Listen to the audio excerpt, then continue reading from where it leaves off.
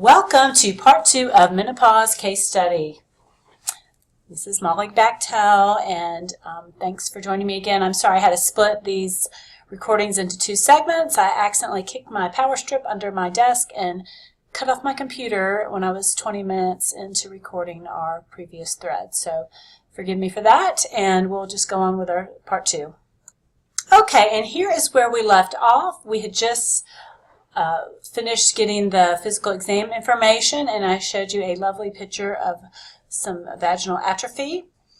And now we're on, after having differential in mind, we're going to decide what to do next. We've got the history, we've done the physical, so we've got the S and O, and now we're ready to get to our A&P here. So what do you want to do next? There are probably some labs you're thinking of doing, and at this time I'll let you select some of the labs you're interested in doing or any other procedures that you have in mind. So go ahead and select that now.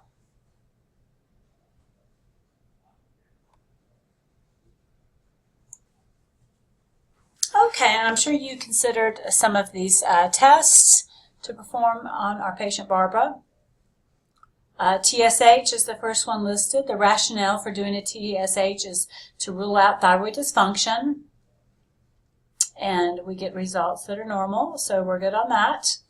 The next is FSH, which is the follicle stimulating hormone. This is our go-to test to rule out ovarian failure or menopause. And I'll also have you answer the question on what is another way we could document ovarian failure. If the history were a bit different, what would indicate that she was ovarian failure? And would we really need to do the FSH? Okay, that's right. 12 months without a period would certainly meet the criteria as well. And this is not premature ovarian failure since her age is 51. The results we get here on the FSH is 72 for Barbara. Anything above 41 does indicate ovarian failure. And remember, there are variations in different laboratories on what is considered a normal range. In the reference article in box 8 on page 778, the amenorrhea for a year is mentioned. Also, the last bullet point is FSH greater than 30 is what they've mentioned, and they are suggesting doing this twice, right, separated by at least 8 weeks, that you would do 2 consecutive readings separated by at least 8 weeks to confirm that we are indeed in menopause. All right, and next lab to consider is doing a CBC, a complete blood count.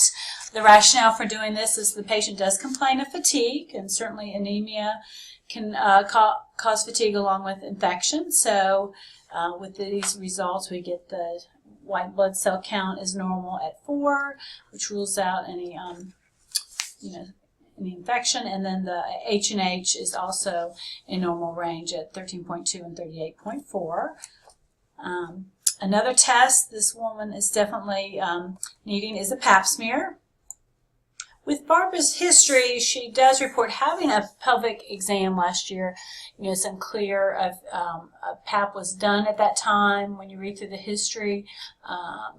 But regardless, we use the pap smear screening, but in this case, Barbara is symptomatic with irregular bleeding.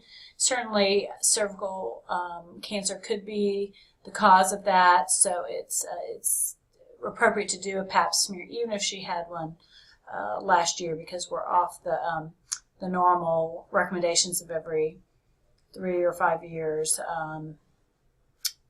because of that she's symptomatic. Also, there could be a maturation index of estrogen done on the pap smear, and so we do get some results back that show that hormonally this is equated with menopause, some of the changes, and And so this is all kind of where we're heading as we come to our likely diagnosis. Of course, you wouldn't have these results all back at the time of the visit, but for our purposes, we'll consider we had them in hand. Okay, and what about endometrial biopsy? Is this something you consider doing? Certainly, this would help rule out endometrial malignancy.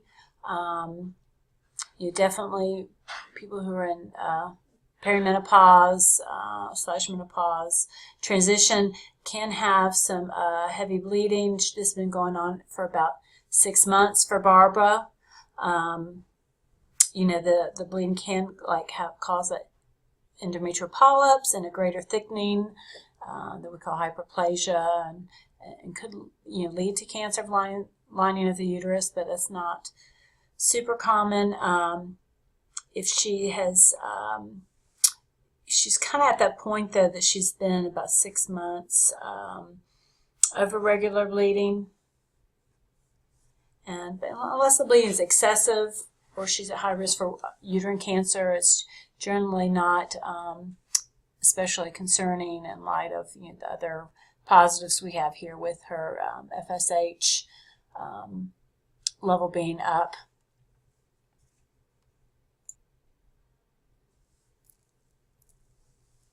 I think if she goes much beyond 6 months, I would reconsider doing an endometrial biopsy.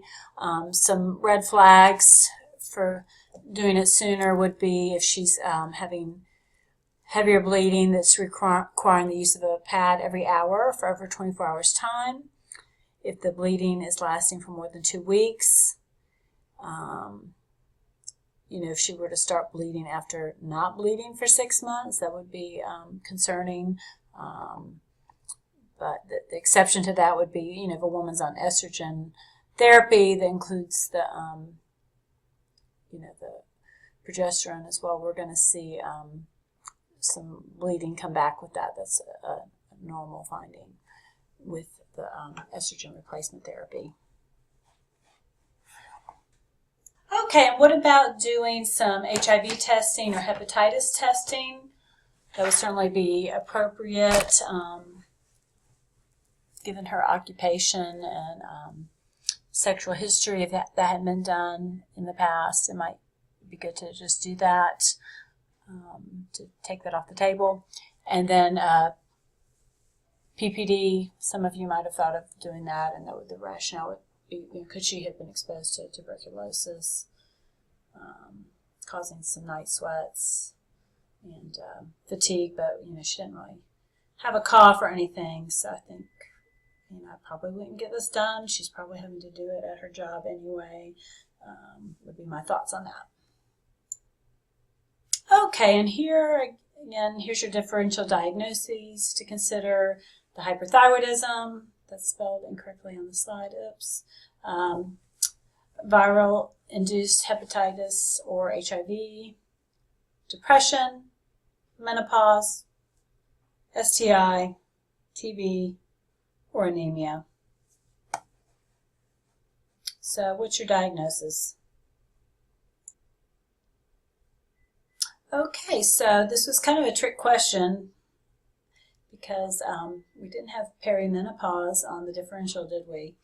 But looking at the age that she is, that Barbara is, her reported changes in the menstrual history, the vasomotor instability, the characteristic, along with the fatigue and sleep disturbances, the decreased libido, the vaginal and labial changes we see on exam, and of course the FSH level that is telltale for us. I think this is the most likely diagnosis. And again, we define menopause as cessation of menses for 1 full year. Therefore, Barbara is not menopausal yet. Perimenopausal label sticks here. She is likely becoming menopausal because we've got that first elevated FSH level. But again, as we discussed, we should consider moving toward an endometrial biopsy. It's this is a decision you'll make with your patient. It's never wrong to err on the side of caution, of course, and get it sooner rather than later. And this is something you'll just talk about with your patient and make an informed decision together on next steps. Okay, and also, we've got to deal with this fatigue. We certainly could have overlapping problems. The sleep deprivation. Could she be depressed? Definitely something to consider. Certainly, any treatment plan you have, this will be factors you'll reevaluate to see how is her sleep, how is her mood, improving or not with treatment. Okay, now if you'll go ahead and select some of the treatment options you'd like to employ for Barbara. Go ahead and respond to some of the options.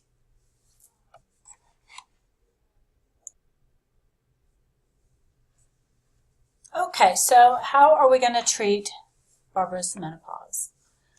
First, definitely start with some education about the normalcy of this process of transitioning from perimenopause to menopause. HRT is definitely an option, but that doesn't provide birth control. We don't have any history here that suggests that she is, that her husband has had a vasectomy or what kind of method they're using, if any. So sometimes women in perimenopause would be put on low-dose birth control that they can take that would also regulate the cycle and treat the menopausal symptoms. So that's an option along with the HRT. Let's say her husband has had a vasectomy, then we don't need the contraceptive benefits. Then we could just go with HRT. But we've got to think about contraception. It'd be very unlikely for her to conceive at this age, but not impossible. If she's not quite done having her last ovulation, it certainly seems imminent.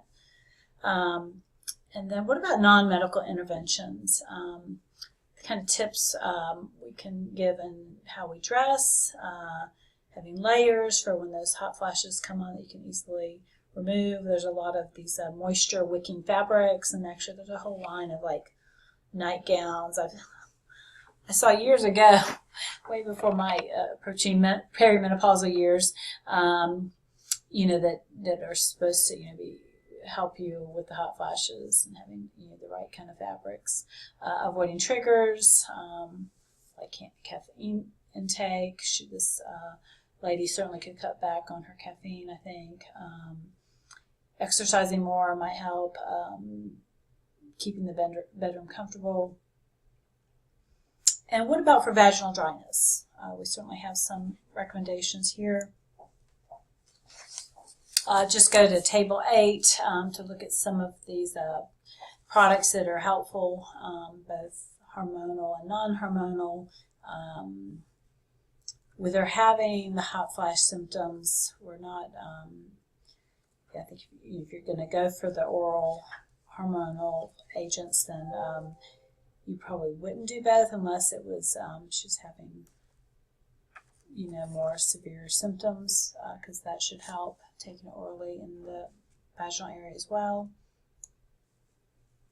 Okay, and then also for osteoporosis prevention, I was told years ago that osteoporosis is a disease that starts when you're a teenager, but it doesn't show up till you're getting older. So hopefully we're thinking about this before now as far as the prevention piece, that people are getting adequate calcium and weight-bearing exercise, but it is time to assess whether Barbara needs to have a DEXA scan to look at her bone density and get some scoring. And the other thing that's not listed on this slide is looking at the cardiovascular risk assessment. which is really key in deciding if you can even do some estrogen therapy. The NAMS has NAMS has the mobile application called Menopro. You can read about in the reference article that can help assess this risk. It could be your go-to app for your menopausal woman. So let's go ahead and take a look at that app, shall we? Okay, and here's a page on the NAMS website looking at this app, Menopro. You can see here. It's available for both the iPhones and the Android devices, and it does have this unique feature, including the ability to calculate your 10-year risk of heart disease and stroke. You can use this feature to help determine both if estrogen would be appropriate for Barbara, and also thinking of she's about the age where we might recommend some aspirin, so we'll look at that too. That may be helpful in calculating her risk as we look at the U.S. Preventive Task Force guidelines on aspirin. So let me see if I can get the app open on my desktop. It might be just, they might not have an online version. Let me find out. Okay, and here I have some screenshots from the Menopro app. And you can go through it as a healthcare provider or as the woman patient. That's where you start off, and then it screens for the symptoms of genitourinary symptoms or pain with intercourse. It gives you a list, and then here recommends a treatment with for SSRIs. There's also handouts in the app, and then you plug in cholesterol. This particular example, the patient's CVD risk score is 13.5% high risk over 10 years. So CVD risk scores above 10% should avoid initiation of systemic hormones therapy. So if this were Barbara's results, and we would steer her towards some of these other choices that are offered. Let's pretend that's the case, and you can select a treatment for, let's say you want to do an SSRI. Why don't you go ahead and prescribe that now?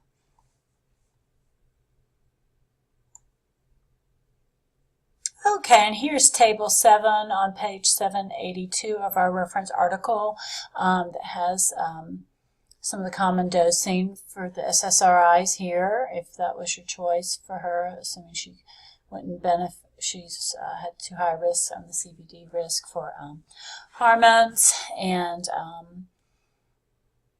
the top one, that's your Celexa. And here the Escitalopram is the Lexapro, which is theoretically a cleaner version of the Celexa. Celexa, citalopram, you can get generic. It's on the $4 list at all the $4 list stores like Walmart and Kroger and such. And then this is the fluoxetine. That's your Prozac, the groundbreaking SSRI years ago when I was in BSN nursing school. That is also on the $4 list at Walmart, just to let you know. Okay, let's say you do the Celexa, and Barb actually doesn't have complaints of vaginal dryness and such, even though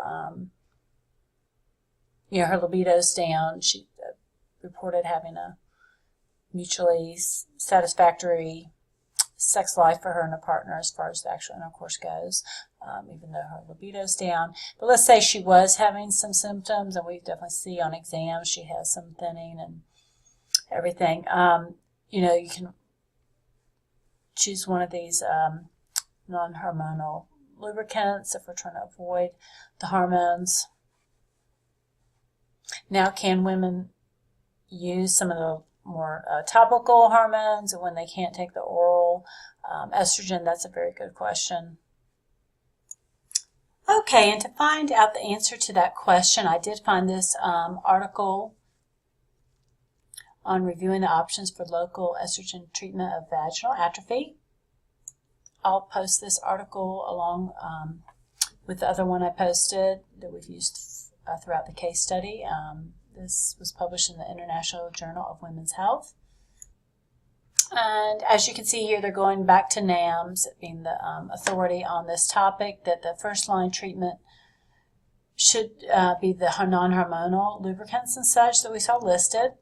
And then continuing to be sexually active is also seems to be helpful in creating blood flow to the vaginal area and creating lubrication. But if all that's been tried and is not working and might help women with mild symptoms, people with more moderate or severe symptoms might need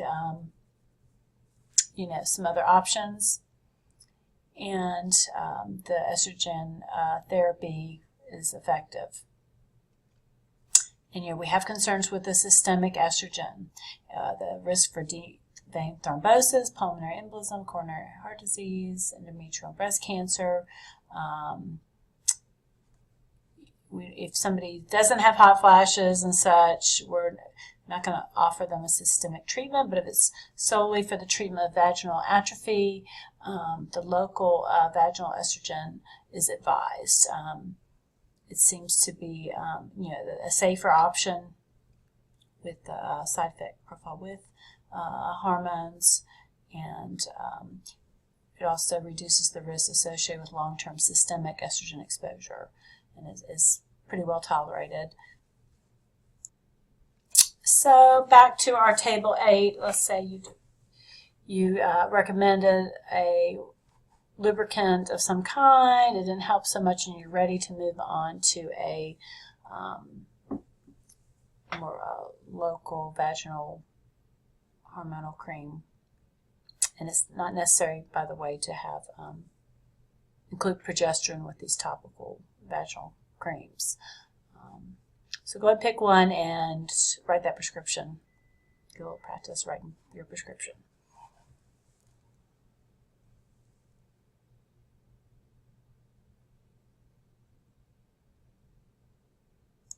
Okay, great. And switching gears, this is just another item I want to put on your radar here, is the question of whether Barbara should start taking an aspirin at her age. She's 51, I believe. Is that right? And we know that aspirin use can be used to prevent cardiovascular disease and colon and rectal cancer. So we did that pretend calculation with the NAMS Menopause app, and she had a score that was above 10%. Is that right? So let's see. Let's scroll down here and zoom in. If I can, I don't know if I can make it any tighter there, but so she's between the ages of 50 and 59 in this green box here, with a greater than 10% risk of CVD. And so the USPSTF does recommend initial low-dose aspirin for use for the primary prevention of cardiovascular disease and colorectal cancer, and in this group who are not increased risk for bleeding and have a life expectancy of at least 10 years, and they're willing to take it. So there's something to consider for her. Her H&H is okay, and should be okay even though she's having this perimenopausal bleeding. But just something to think about now. There's another category this is recommended for, and this is for the 60 to 69-year-old group who also have a risk greater than 10% for CVD. And again, you have to really assess the risk for bleeding. Certainly, as we age, there's more conditions that can cause people to keep in mind. So, they have a GERD, history of peptic ulcers, this kind of thing. We have to take this into consideration. So you can see from the 50 to 59, this is a B grade recommendation, and then the C when you get to 60 to 69. So the sweeter spot for aspirin use is in the CVD risk over 10% between 50 and 59 years of age. So at 60, you may choose to discontinue this for your patient because it moves down to a C grade. And if you can't remember what that is, we'll click on that. And then here is our, if I can scroll up, this lovely table. Okay. So here you see the A, which was not the case with the aspirin in the 50 to 59-year-old crowd, is the high certainty that it's a net benefit is substantial. So we're not quite there, but we're still in the green here that the task force does recommend this, that it has a moderate benefit, net benefit, and there's a moderate certainty that it's is moderate to substantial. So we're still in the green. Recommend this service for those that are at over 10% risk of CVD risk in the 50 to 59 group. And so when you get to 60, it goes to C, and it's just really for selected patients. They just have to weigh that decision more carefully. So, we're done with the aspirin tangent for Barbara. Okay, and so we're back to this slide. We've talked about most of these items. I'm not going to go into any deep dive on the osteoporosis prevention because I know you get that in another segment, lecture. So we'll move on to our next slide. This is kind of like pick your own ending case study. We're going to look at the advantages and disadvantages of hormone replacement, and you can see this the systemic, oral hormones really help with menopause symptoms, and they also help protect against osteoporosis. So we got that going on over here, and then of course the negatives are all in red.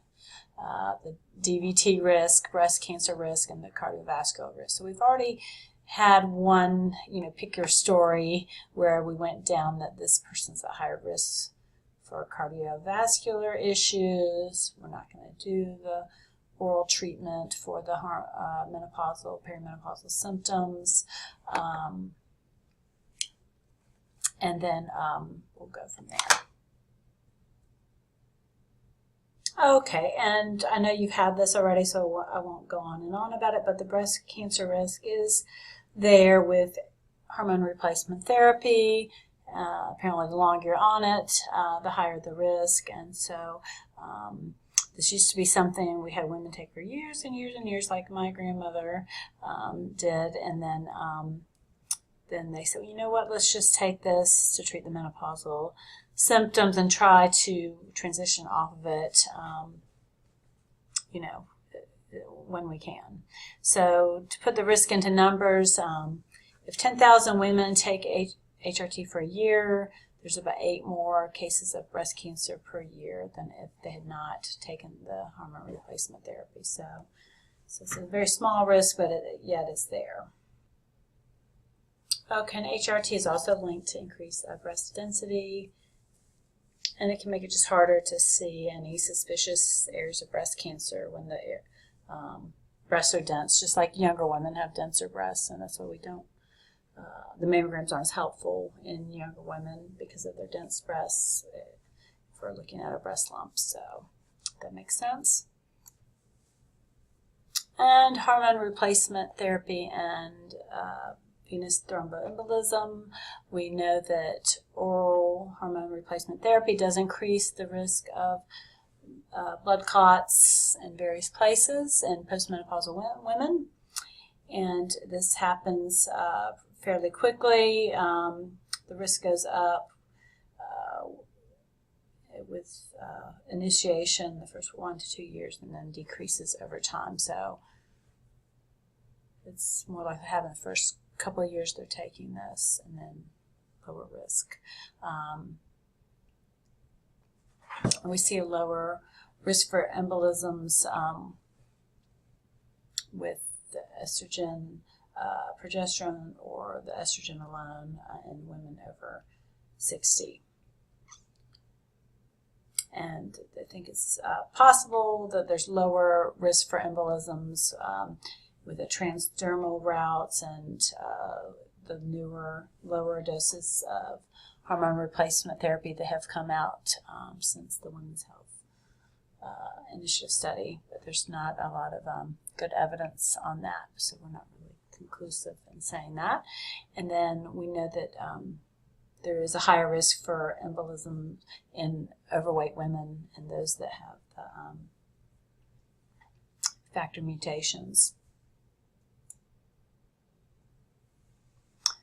And just another tidbit on the coronary heart disease risk. The estrogen therapy may reduce this risk of having calcifications, especially when it started in younger, more recently menopausal women, such as, well, actually not such as Barbara, because she still has a uterus. So, but even given that, it's not recommended for anybody to take this for coronary protection. So it's just something that it's out there, but the risks outweigh the benefits. And lastly, HRT and stroke. They do appear to increase the risk of ischemic stroke, just as birth control increases the risk of stroke and blood clots. It's just one type of blood clotting, right, the ischemic stroke.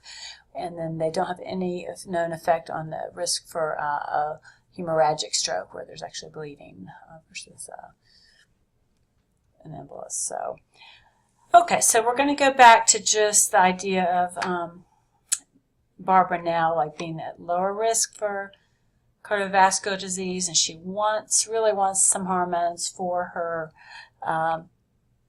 menopausal symptoms so she can sleep better and just feel happier because she's been in a bad mood and everything. So let's see what you're going to prescribe her. Go ahead and turn to the table. Okay, and we've got, first I peek at table 2.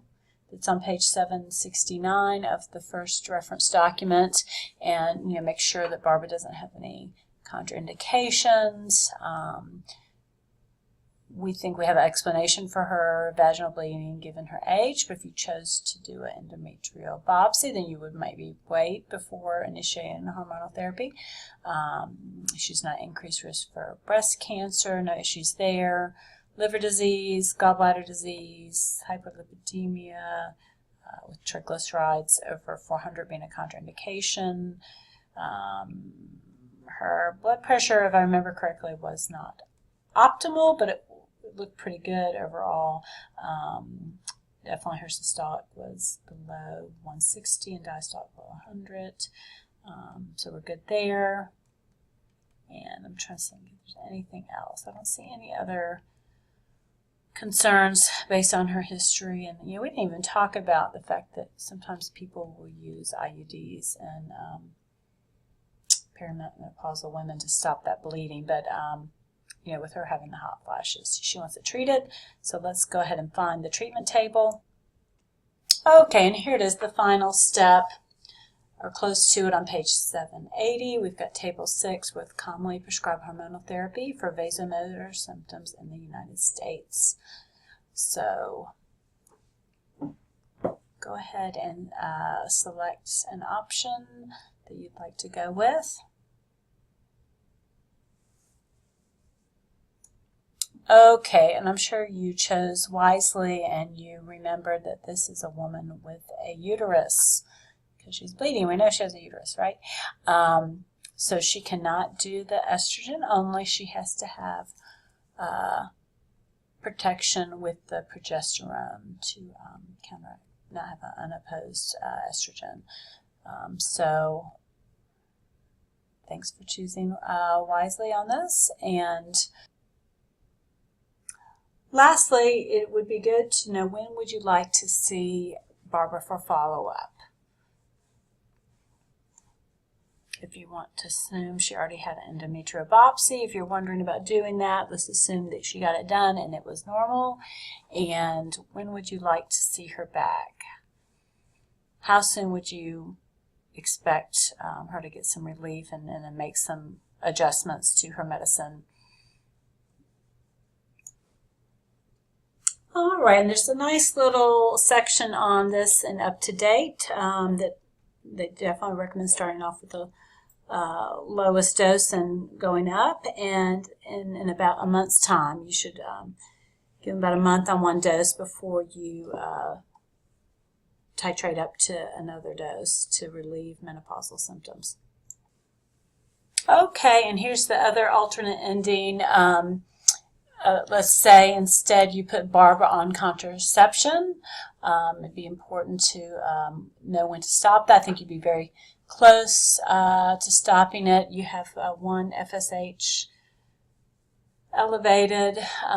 Now you'd have to have her off hormones for a while before rechecking it again. So in a matter of months, you could get a second elevated FSH off contraception or hormonal contraception, of course, if that was the choice.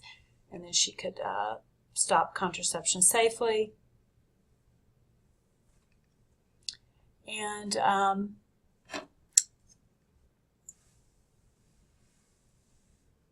okay, yes, and going back to the hormone therapy, when do we discontinue this?